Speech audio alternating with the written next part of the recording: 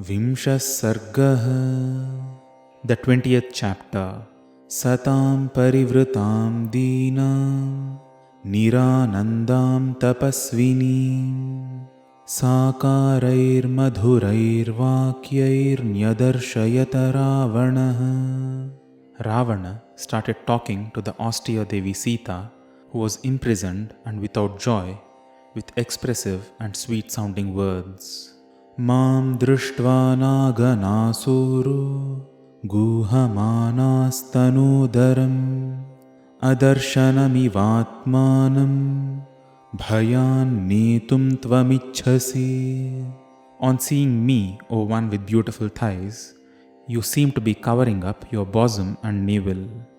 It looks like you do not want me to see you out of your fear of me. Kamaye tvam vishalakshi bahumanyasva mam priye sarvanga guna sampanne sarvaloka manohare. O dear large-eyed one, who is endowed with beautiful limbs and who is the most beautiful of all worlds, I desire you. Accept my love for you. Neha kinchin manushyava rakshasah kamarupinah vyapasarpatu te site bhayam mattas samuthitam. O Sita, no human or Rakshasa who can take any form at will can relieve you from your fear of me. Swadharmo rakshasam bhiro sarvathaiva na sanshayah gamanam va parastrinam haranam sampramathyava.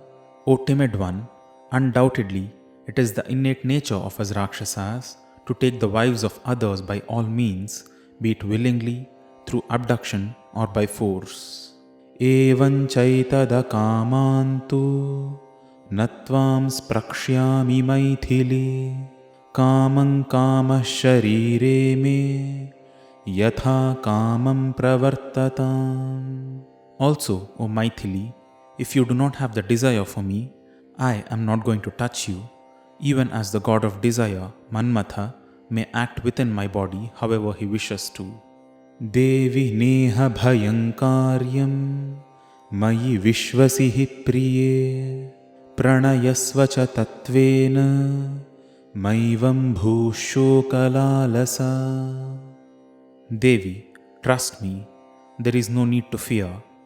Marry me and do not entertain this state of sorrow any longer. Eka veni dharashaya dhyanam malinamambaram asthane pyupavasascha naitan yaupayikani te. Wearing your hair in a single braid, sleeping on this hard ground, brooding, wearing soiled clothes and improper fasting, these things do not befit you. Vichitrani cha malyani chandananya garuni cha vividhani cha vasansi divyanyabharanani cha. Various wonderful garlands, sandal and other perfumes, different kinds of garments and divine ornaments. Maharhani cha panani shayananyasanani cha Geetan nrittan cha vadyam cha labhamam prapya maithili. Rich drinks, couches and seats, entertaining music and dance, obtain all of these by being with me, O Maithili.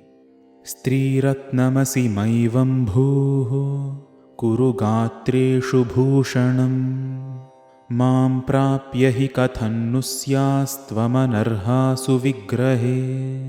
You are a jewel among women. Do not be this way. Adorn yourself in ornaments.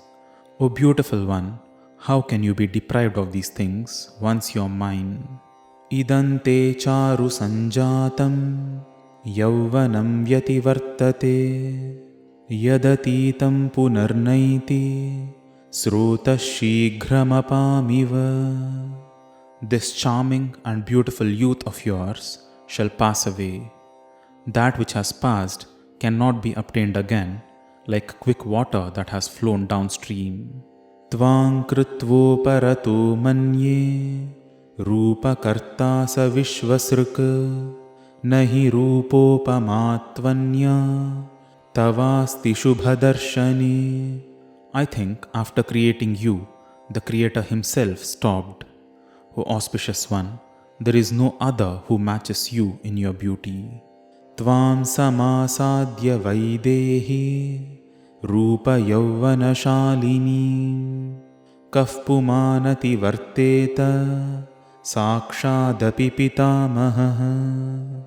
O Vaidehi, after having someone like you endowed with such beauty and youth, which man shall attain anything more, even if it is the very Creator himself? Yadyat pashyami te gatram shitanshu sadrishanani tasmin prathushhroni chakshur mama nibadhyate. O one with the face like the cool full moon, whichever part of your body I shift my gaze to, O one with shapely hips, my eyes seem to be stuck at each of those places. Bhava maithili bharyame mohameenam visarjaya bahvinamuttamastreenamahritanamitastatah sarvasameva bhadrante mamagramahishi bhava. O Maithili, be my wife. Give up this delusion. Of all these best of women that I have brought from here and there, you shall be my foremost queen among all of them. Be blessed. Lokebhyo yani ratnani sampramathya hritani vai tani me bhiru sarvani rajyan chaitadahanchate. In this world, whichever jewels I have won and brought here, O timid one, all of those, this very kingdom, and I myself shall be yours. Vijitya prithivin sarvam nana nagaramalini janakaya pradasyami tava hetor vilasini. I shall conquer this entire earth with various cities as a garland and offer it to your father, King Janaka, for your sake, O beautiful one. Neha pashyami lokenyam yo me pratibalo bhavet pashyame sumahadviryam apratidvandvamahave. I do not see any other in this world who equals me in strength. Look at my great valor, which is unparalleled in battle. Asakrit sanyuge bhagna maya vimridita dhvajah ashaktah pratyanikeshu sthatum mama surasuraah.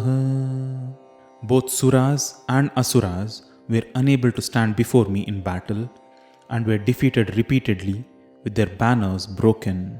Ichhamang kriyatamadya pratikarma tavottamam saprabhanyavasajyantam tavange bhushanani cha sadhu pashyami te rupam sanyuktam pratikarmana.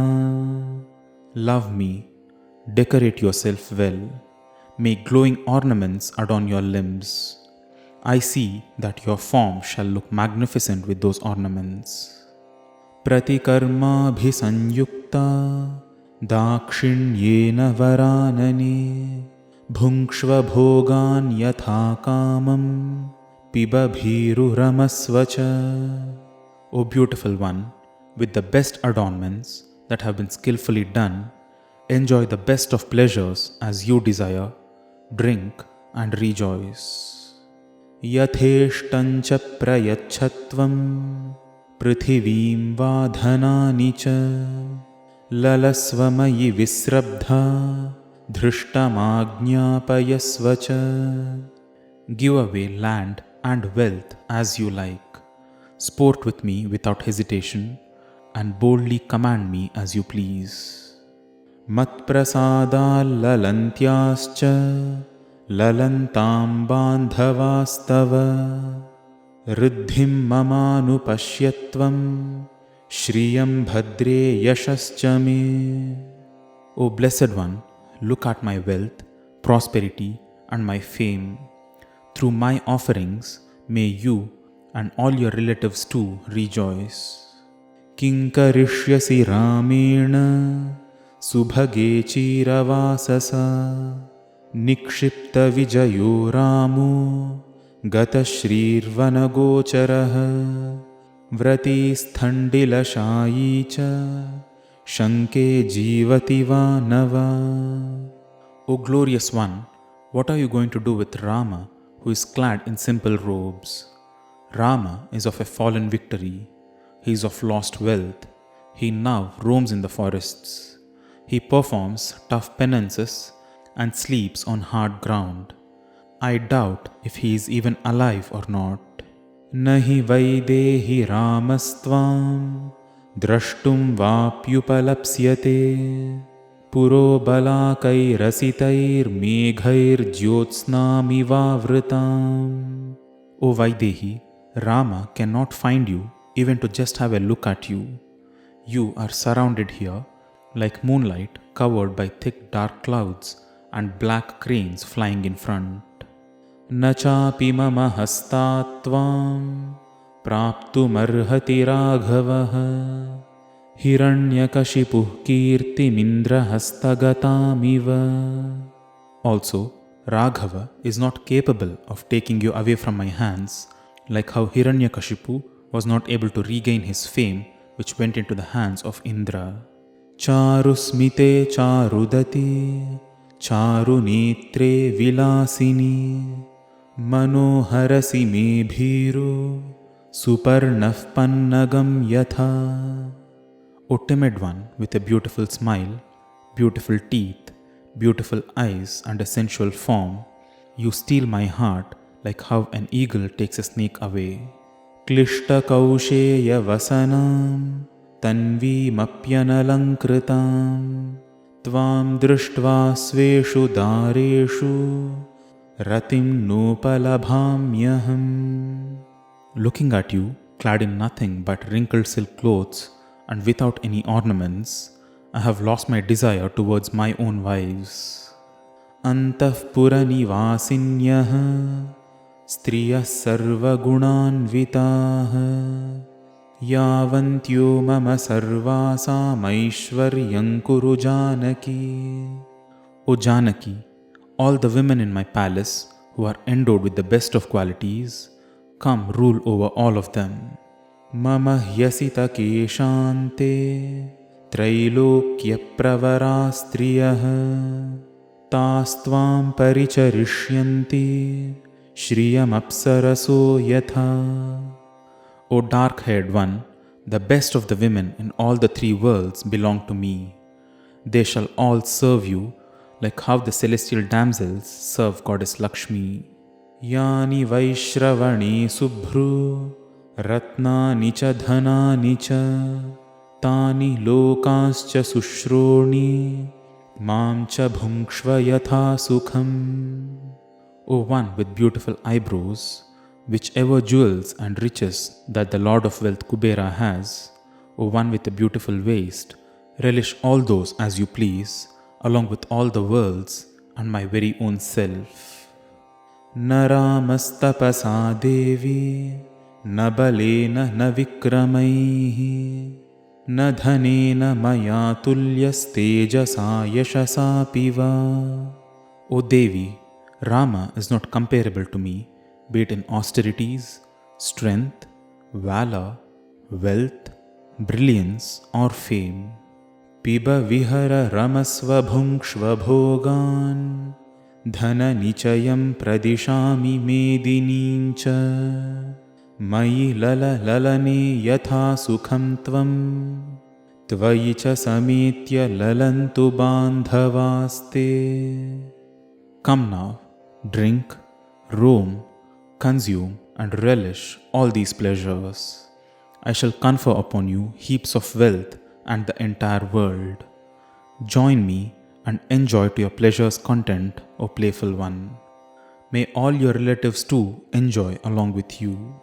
कुसुमिततरुजालसन्ततानि भ्रमरयुतानि समुद्रतीरजानि कनकविमलहारभूषिताङ्गी विहर मया सह भीरुकाननानि. These enchanting groves filled with blossoming trees and the seashores buzzing with dragonflies, O timid one, ornamented with the best of golden ornaments, come roam these beautiful forests with me. Ityarshe Srimad Ramayane Sundarakande Vimsha Sargah. Thus, the 20th chapter in Sundarakanda of Valmiki Ramayanam is complete.